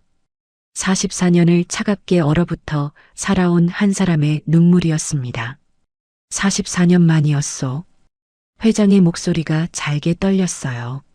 44년 만에 처음으로 나를 일으켜준 사람이 당신이었소. 회장은 지우의 손을 더 꼭 끌어쥐었습니다. 이름도 묻지 못하고 평생 갚을 길 없던 빚이었소. 그 한마디에 회장의 평생이 고스란히 담겨 있었어요. 젊은 날 회장은 가진 것 없이 맨몸으로 세상에 던져졌습니다. 손을 내밀어준 이 하나 없이 홀로 버텨온 세월이었습니다. 그래서 회장은 누구의 손도 믿지 않으며 살아왔어요. 그 단단한 믿음을 가난한 청년의 등 하나가 무너뜨렸습니다. 그날 새벽 누구도 거들떠보지 않던 노인이 있었습니다. 지나는 사람마다 술 취한 줄로만 알고 발길을 돌렸어요. 값비싼 외투를 걸친 행인도 그 옆을 그냥 지나쳤습니다. 오직 한 사람 가진 것 없던 이 청년만이 등을 내주었어요. 제 손목의 시계까지 풀어 그 어른을 병원으로 옮겼습니다. 하나뿐인 아버지의 유품을 망설임 없이 내려놓은 것이었어요. 누가 볼까 싶어 한 일도 보답을 바란 일도 아니었습니다. 그 새벽엔 지켜보는 이도 알아줄 이도 없었습니다. 사심도 바라는 것도 없는 손길이었어요. 세상에 그런 손길은 흔치 않았습니다. 차갑게 굳어있던 한 인간의 존엄이 그 손길에 천천히 녹았어요. 세상을 향해 굳게 닫아 걸었던 마음이 한 자락 열리고 있었습니다. 돈으로도 권력으로도 사지 못한 마음이었어요. 평생 사람을 의심하며 쌓아온 벽이 무너지는 순간이었습니다. 이제 회장은 더 이상 차가운 사람이 아니었습니다. 한 사람의 진심 앞에 마음을 활짝 연 사람이었어요. 회장은 부끄러움도 체면도 모두 내려놓았습니다. 그저 한 사람의 은인 앞에 한 사람으로 서 있었습니다. 회장이라는 무거운 이름조차 그 자리엔 없었어요. 그 떨리는 두 손에는 44년의 회한이 담겨 있었습니다. 면접장 한쪽에서 윤성철의 얼굴이 사색이 되었습니다. 방금까지 흙수저라 비웃던 그 입이 굳게 다물렸어요. 손에 쥔 서류가 바닥으로 힘없이 흘러내렸습니다. 미리 돌려둔 녹화 장비만이 그 모든 광경을 담고 있었습니다. 지우를 흠집 내려던 그 화면에 정반대의 진실이 새겨졌어요. 성철은 등줄기로 식은땀이 흐르는 것을 느꼈습니다. 이 그림이 무엇을 뜻하는지 그는 누구보다 잘 알았습니다. 좌중의 임원들은 누구도 입을 떼지 못했어요. 숨소리 하나 들리지 않는 정적이 면접장을 가득 메웠습니다. 모두가 제 눈으로 본 것을 믿지 못하고 있었어요. 누군가는 조용히 손끝으로 눈가를 훔치기도 했습니다. 뒷배도 스펙도 없던 한 소녀 가장이 있었습니다. 부모도 없는 애가 어찌 이 성적을 냈겠냐는 말을 듣던 청년이었어요. 정직마저 의심받으며 마지막 문 앞에서 무너지던 그녀였습니다. 그런 그녀의 인생이 지금 이 순간 송두리째 뒤집히고 있었습니다. 사심없이 내민 손 하나가 그 모든 것을 흔들어 놓았어요. 허나 회장이 갚으려 한 빚은 면접 합격 한 장이 아니었습니다. 회장이 천천히 눈물을 거두었습니다. 손등으로 두 눈을 한번 훔치고 나서였어요. 그러자 면접장의 공기가 다시 한번 달라졌습니다. 방금까지 한없이 따뜻하던 그 얼굴이었어요. 그 얼굴이 어느새 서늘하게 가라앉고 있었습니다. 은인을 향하던 그 노부인은 그 자리에 없었습니다. 대성그룹을 40년 이끌어온 회장이 돌아와 있었어요. 은혜를 갚는 일과 회사를 다스리는 일은 별개였습니다. 회장은 그 둘을 결코 한자리에서 섞지 않는 사람이었습니다. 회장의 시선이 면접장 한쪽으로 천천히 옮겨갔어요. 그 끝에는 사색이 된 윤성철이 서 있었습니다. 조카이자 이 회사의 인사를 책임진 상무였어요. 회장은 한동안 그를 말없이 바라보았습니다. 그 눈빛에는 분노보다 깊은 실망이 담겨 있었어요. 피부치를 향한 눈빛이라기엔 너무도 차가웠습니다. 믿었던 사람일수록 실망의 골은 더 깊은 법이었습니다. 성철아. 회장이 그의 이름을 나직이 불렀습니다. 내가 무슨 짓을 했는지 내 입으로 말해보아라. 성철의 입술이 달싹였으나 말이 되어 나오지 못했어요. 변명할 말을 고르는 그의 눈동자가 잘게 흔들렸습니다. 이마에는 어느새 식은땀이 배어나오고 있었습니다. 그때 비서실장 오정환이 앞으로 한 걸음 나섰어요. 손에는 가지런히 정리된 서류 한 묶음이 들려 있었습니다. 그는 그 서류를 회장 앞 탁자에 차분히 내려놓았어요. 오랜 세월 회장의 곁을 지켜온 사람이었습니다. 그가 무엇을 준비해 두었는지는 곧 드러났어요. 회장님, 면담 전부터 짚히는 데가 있었습니다. 오정환의 목소리는 낮고 또렷했습니다.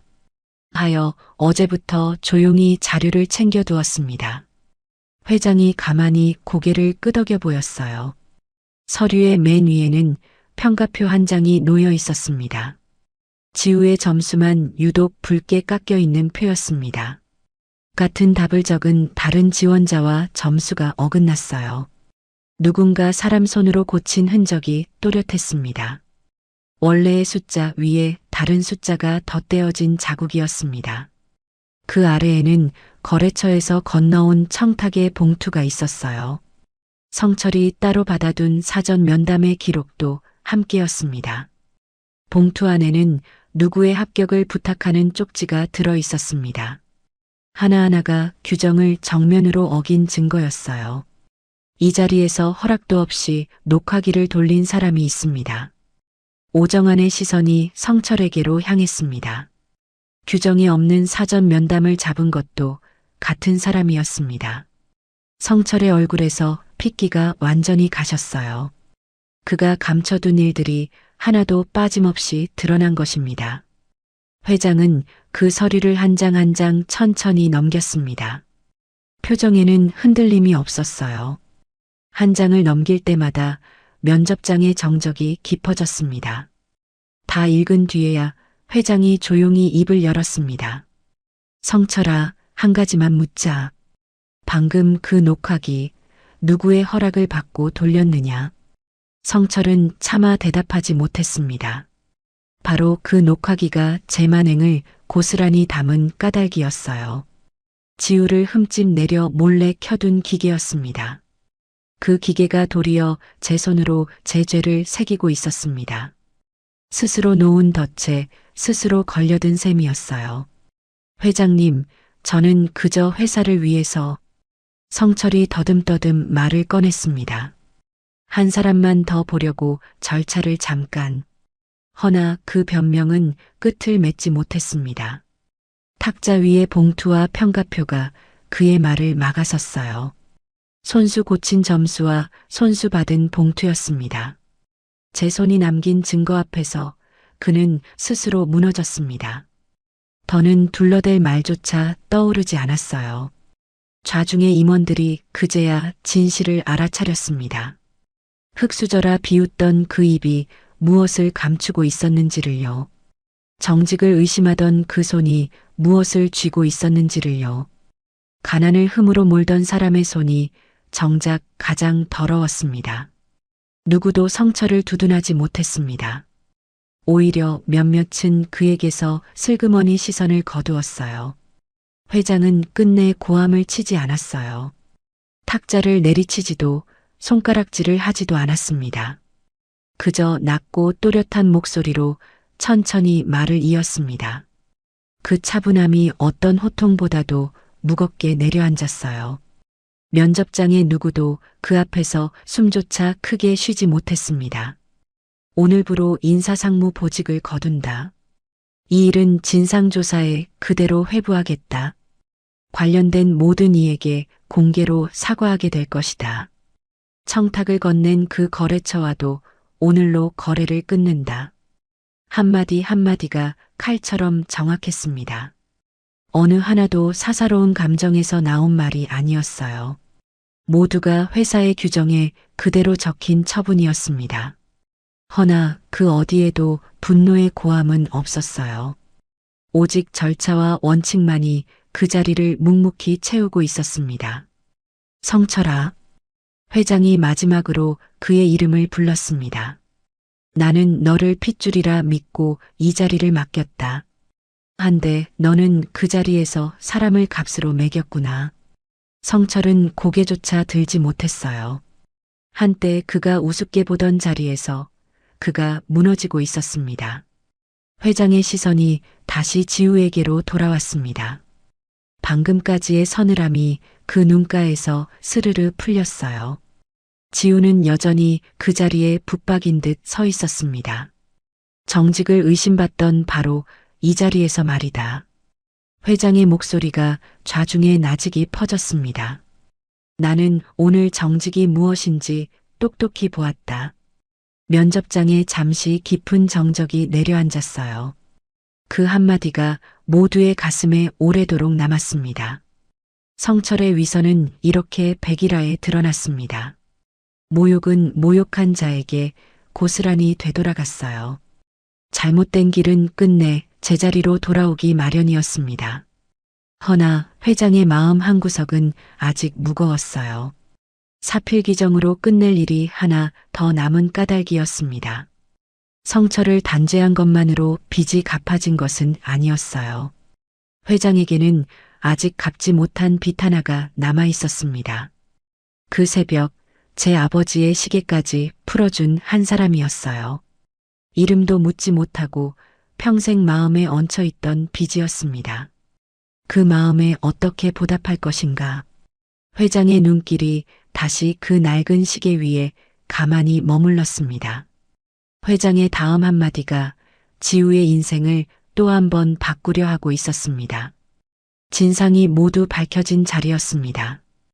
회장은 가장 먼저 한 가지를 못 박았습니다. 한지우의 합격은 동정으로 내준 것이 아니었어요.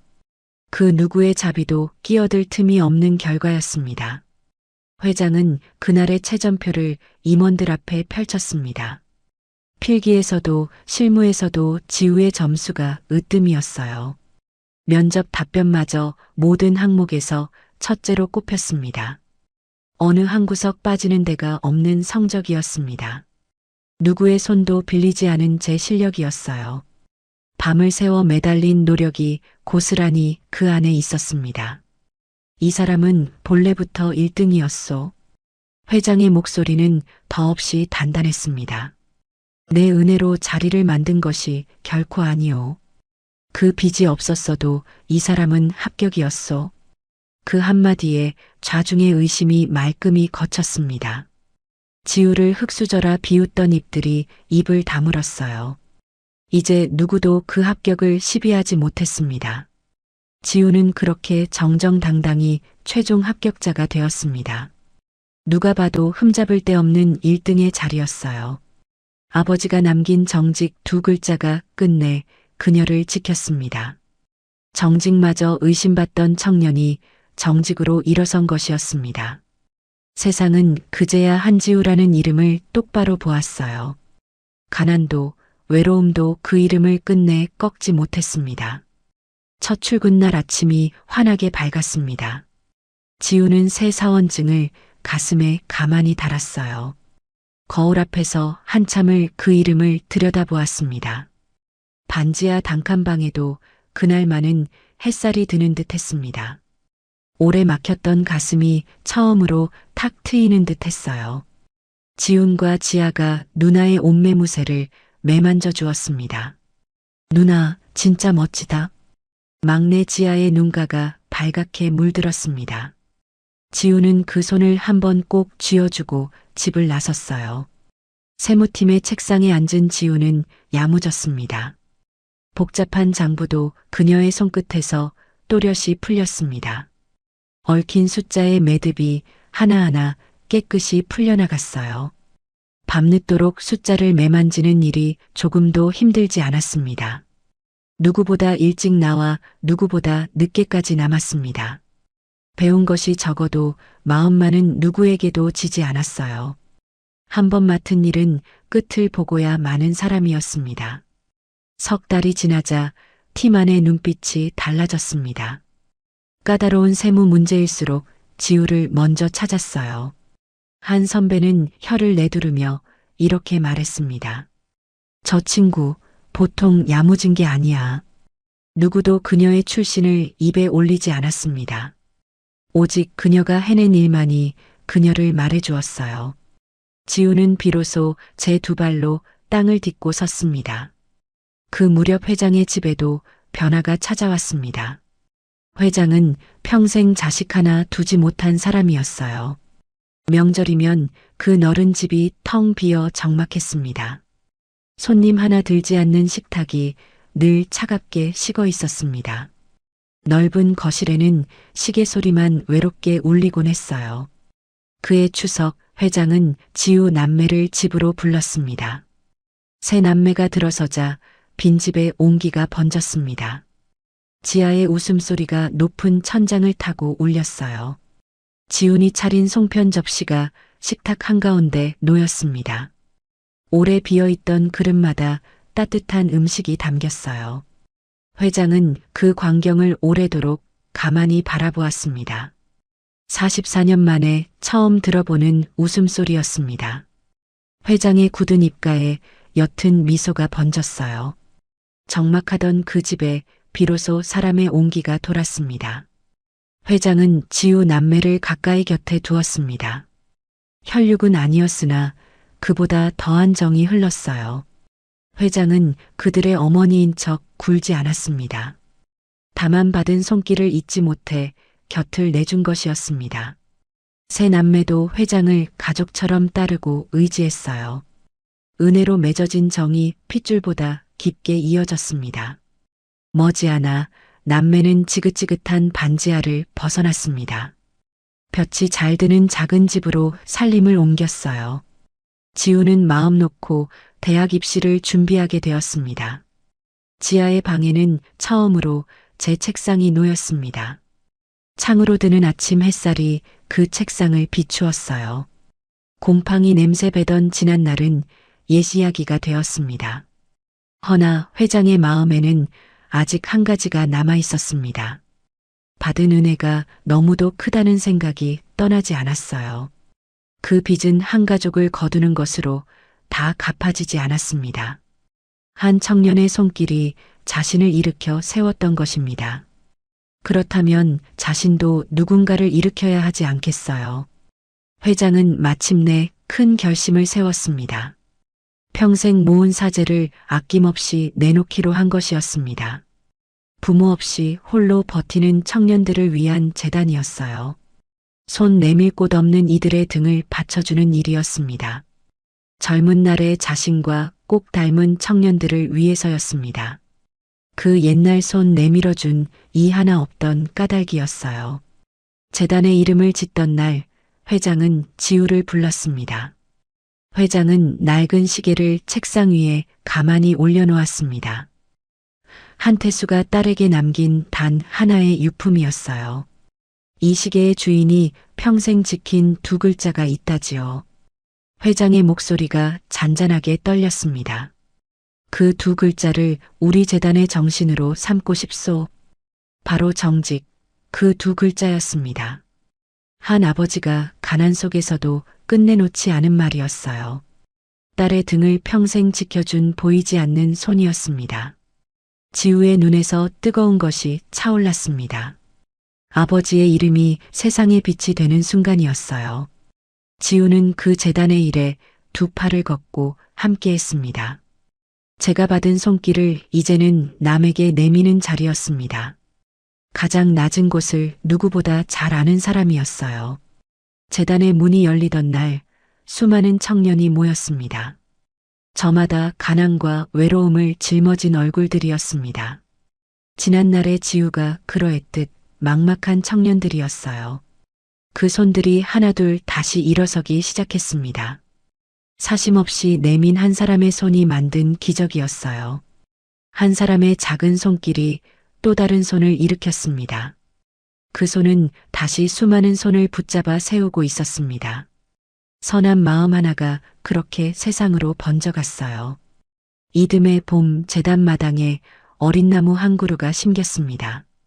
그 작은 나무가 앞으로 어떤 그늘을 들이울지 세상은 아직 그 전부를 알지 못했습니다. 이듬해 봄이었습니다. 마당 한쪽에는 목련이 다시 하얗게 피었습니다. 긴 겨울이 물러가고 따뜻한 계절이 돌아왔어요. 지난 한 해 동안 참 많은 것이 달라졌습니다. 차갑던 집에 사람의 말소리가 돌아왔습니다. 식탁 위에는 다시 따뜻한 김이 피어올랐어요. 아침이면 햇살이 마룻바닥을 길게 적셨습니다. 지우는 그의 봄, 대성그룹의 어엿한 사원이 되어 있었습니다. 회장의 곁에서 재단의 일을 정성껏 살피는 사람이었어요. 그 봄날 아침, 윤정숙 회장은 작은 상자 하나를 손에 들었습니다. 회장은 조용히 지우를 곁으로 불렀습니다. 지우는 영문도 모른 채 상자를 바라보았어요. 상자 속에는 낡은 손목시계 하나가 들어 있었습니다. 오래전 전당포에 맡겨져 떠돌던 시계였습니다. 바로 지우 아버지가 차고 다니던 그 시계였어요. 회장은 사람을 시켜 그 시계를 끝내 찾아두었던 것입니다. 세월의 다른 가죽줄이 그날의 온기를 품고 있었습니다. 흐릿해진 유리알 너머로 작은 바늘이 멈춰 있었어요. 지우는 차마 말을 잇지 못하고 시계만 바라보았습니다. 회장은 떨리는 손으로 그 시계를 지우의 손목에 채워주었습니다. 낡은 가죽줄이 지우의 손목을 가만히 감쌌어요. 이건 본래 내 것이었다. 회장의 목소리가 조금 잠겼습니다.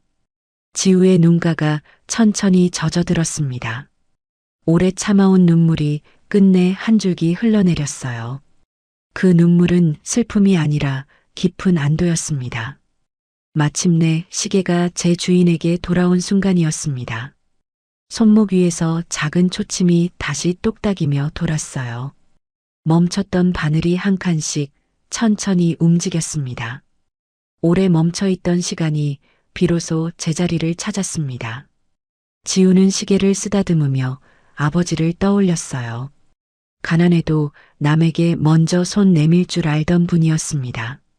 지우는 그 손을 담고 싶어 여기까지 걸어온 것이었습니다. 회장은 바로 그 마음을 오래도록 기억해 준 것이었어요. 세월이 흘러도 그 빚을 잊지 않은 것이었습니다. 은혜는 피로 이어지지 않아도 단단히 맺어졌습니다. 핏줄로 묶이지 않았으나 마음으로 깊이 묶인 사이였어요. 피 한 방울 섞이지 않은 두 사람이었습니다. 그러나 이제는 누구보다 가까운 가족이 되어 있었습니다. 서로를 바라보는 눈빛에 깊은 믿음이 담겨 있었어요. 그 무렵 재단의 도움을 받은 첫 청년들도 자리를 잡았습니다. 지난 겨울만 해도 갈 곳 없이 떨던 청년들이었습니다. 그들은 이제 저마다의 자리에서 새 하루를 시작했어요. 그중 한 청년은 작은 가게를 열어 어엿한 주인이 되었습니다. 그는 자기처럼 어려운 후배 하나를 불러 함께 일했습니다. 받았던 손길을 이번에는 자기가 다른 이에게 돌려준 것이에요. 따뜻한 마음은 한 사람에서 또 한 사람에게로 번져갔습니다. 후배의 얼굴에도 점차 밝은 빛이 돌았습니다. 작은 가게 안에는 두 사람의 웃음이 끊이지 않았어요. 회장은 그 소식을 전해 듣고 조용히 미소를 지었습니다. 한 사람의 사심 없는 손이 수많은 손을 일으켜 세웠습니다. 그 손길은 아무런 대가도 바라지 않았어요. 작은 온기가 세상 곳곳으로 조용히 퍼져나갔습니다. 이름 모를 손길들이 또 다른 손을 잡아 일으켰습니다. 선한 마음이 닿는 자리마다 새 희망이 돋아났어요. 그 봄날 저녁, 지우와 회장은 마당에 함께 앉아 있었습니다. 곁에는 동생 지훈과 지아도 나란히 자리를 채웠습니다. 한때 텅 비고 차갑기만 했던 회장의 곁이었어요. 이제 그 자리에는 사람의 온기가 가득 차 있었습니다. 웃음소리가 마당을 지나 목련가지 끝까지 닿았습니다. 저녁 햇살이 네 사람의 얼굴을 따뜻하게 물들였어요. 지우는 농을 던지고 지아는 까르르 웃음을 터뜨렸습니다. 회장은 그 모습을 오래도록 흐뭇하게 지켜보았습니다. 회장은 지우의 손목에 채워진 시계를 가만히 바라보았어요. 그 작은 시계 하나가 끊어진 인연을 다시 이어주었습니다. 먼 길을 돌아 아버지의 시계가 마침내 돌아온 것이었습니다. 지우는 회장의 손을 가만히 마주 잡았어요. 이제 혼자가 아니에요. 회장의 눈가에도 옅은 물기가 어렸습니다. 회장은 그 손을 마주 잡고 오래 놓지 않았습니다. 목련 꽃잎 하나가 두 사람의 어깨 위로 내려앉았어요. 봄바람이 마당을 한 바퀴 돌고는 부드럽게 잦아들었습니다. 사심없이 내민 손은 돌고 돌아 반드시 제 주인에게 돌아옵니다.